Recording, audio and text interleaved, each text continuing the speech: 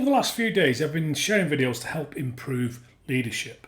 And if you've been following along, we've explored what it really means to lead within a team, how to influence, how to communicate, and how to create a culture where people are able to thrive.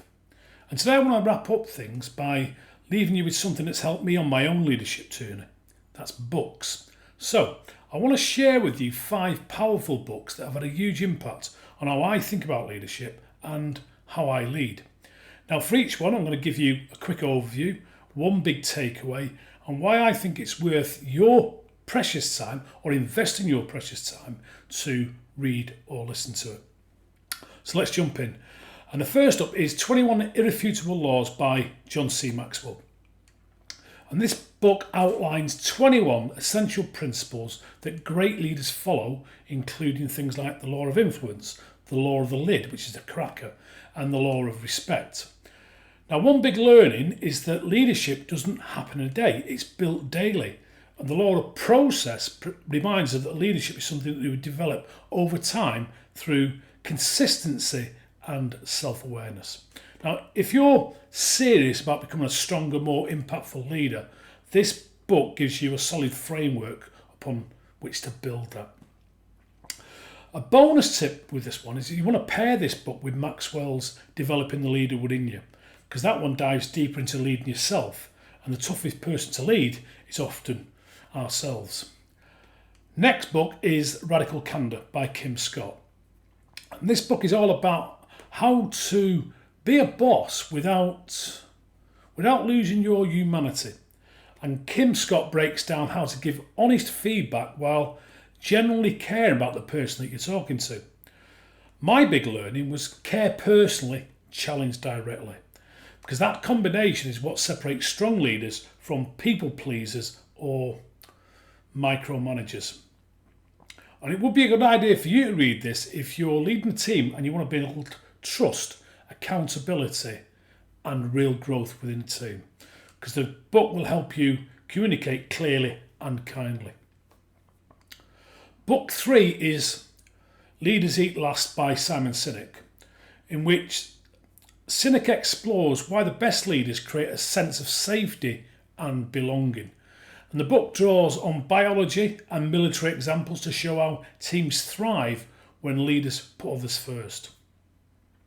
My big learning is that the strongest teams are built when leaders take responsibility for their people and not just results. And why might you benefit from reading it? Well, I believe this book will shift how you think about your role in your team, and it'll inspire you to lead with empathy, purpose, and service. Book 4 is Multipliers by Liz Wiseman, and this one's a great game changer. Liz Wiseman explains that there are 2 types of leaders: the diminishers, who unintentionally drain intelligence and energy from others, and the multipliers, who amplify the smarts and capability of everyone around them. My big learning was that great leaders aren't the smartest person in the room. They're the ones who make others smarter. So why read it? If you want to unlock the potential or your team's full potential, this book will show you how to create a culture of ownership, a culture of innovation, and a culture of trust. And the 5th book is Other Places You'll Go by Dr. Seuss. Now, that might be a bit of a surprise to you, but don't underestimate it. Because my biggest learning is I thought the most powerful part of this book was when Dr. Seuss talks about the waiting place.